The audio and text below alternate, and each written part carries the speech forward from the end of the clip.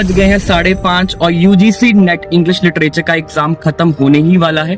मैं और मेरी टीम एग्जामिनेशन सेंटर पे जा रही हैं और स्टूडेंट्स और एस्पिरेंट से बात करेंगे और हमें पता चलेगा कि किस तरह का एग्जाम आया था, कौन से सेक्शन से कितने क्वेश्चंस आए थे, पेपर का लेवल क्या था और एक्सपेक्टेड कट ऑफ क्या हो सकती है इस एग्जाम का। चलिए तो हम पहुंच गए हैं सेंटर के बाहर, तो आइए देखते हैं कि हमारा यूजीसी नेट इंग्लिश लिटरेचर का पेपर किस तरह से हुआ है। कैमरामैन थोड़ा दिखाइए, सभी पेरेंट्स वेट कर रहे हैं और 5:55 हो गए हैं, मात्र 5 मिनट और हमें पता चल जाएगा यूजीसी नेट इंग्लिश लिटरेचर का पेपर किस तरह से आया है, उसका लेवल क्या था, मॉडरेट था, इजी था कि डिफिकल्ट था।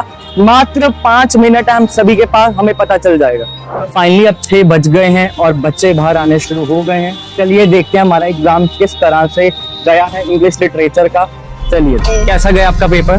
टफ था पेपर, तो मतलब हाँ मॉडरेट ही बोलूंगी कि गया है। और पेपर 1 और पेपर 2 की अगर हम एक लेवल डिसाइड करना हो तो क्या होगा? पेपर 1 में अगर डीआई की बात करें या मैथ्स के क्वेश्चन की बात करें तो नॉर्मली वो 5 देते हैं, मतलब कॉम्प्रिहेंशन वाले। उसके अलावा भी बहुत से मैच द फॉलोइंग के उसमें फॉर्म में देखे जा सकते हैं। पेपर 1 बहुत टफ था, नो डाउट। पेपर 2 भी बहुत टफ था, जिसमें क्रोनोलॉजी कम थी, मैच द फॉलोइंग बहुत ही ज्यादा था। क्रोनोलॉजी के क्वेश्चंस भी कम थे। हाँ कम थे, लेकिन मैच द फॉलोइंग बहुत ज्यादा हर बार 25 से 26 क्वेश्चन क्रोनोलॉजी के आते हैं, इस बार नहीं थे। नहीं, नॉट एट और ऑल। हर बार 14 से 15 क्वेश्चन इंडियन लिटरेचर पे आते हैं, इस बार वो भी नहीं थे। और बहुत अलग राइटर्स भी दिखाई दिए, बहुत वन वर्ड आंसर थे, जैसे अर्जिलंग लोमांस के ऊपर था और क्या कहते हैं लेविस स्ट्रॉस के ऊपर क्वेश्चन था। तो काफी मतलब बोलूंगी वन वर्ड पे ज्यादा फोकस किया और पैटर्न भी बहुत अलग था इस बार।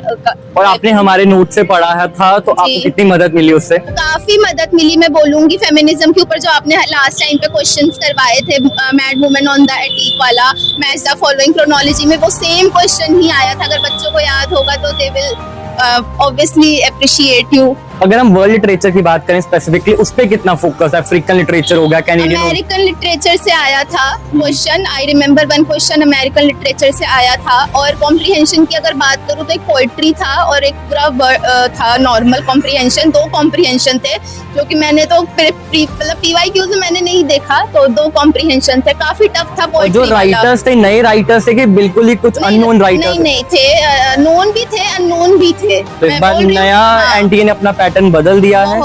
ओके, तो जैसे हर बार ब्रिटिश लिटरेचर पे बहुत फोकस रहता था, इस बार मैंने सुना कि ज्यादा फोकस ब्रिटिश लिटरेचर पे ही रहा है। हाँ, ब्रिटिश लिटरेचर पे था। जितनी भी मैच द फॉलोइंग्स थी बहुत पुराने नॉवेल्स की थी और बहुत पुराने राइटर्स की थी। पेपर कैसा गया आपका? Paper 1 was quite good, but paper 2 was hard enough. Hard enough. आपको लग रहा है फिर कट ऑफ बहुत ही लो जाएगा इस बार? हाँ, तो सबसे ज्यादा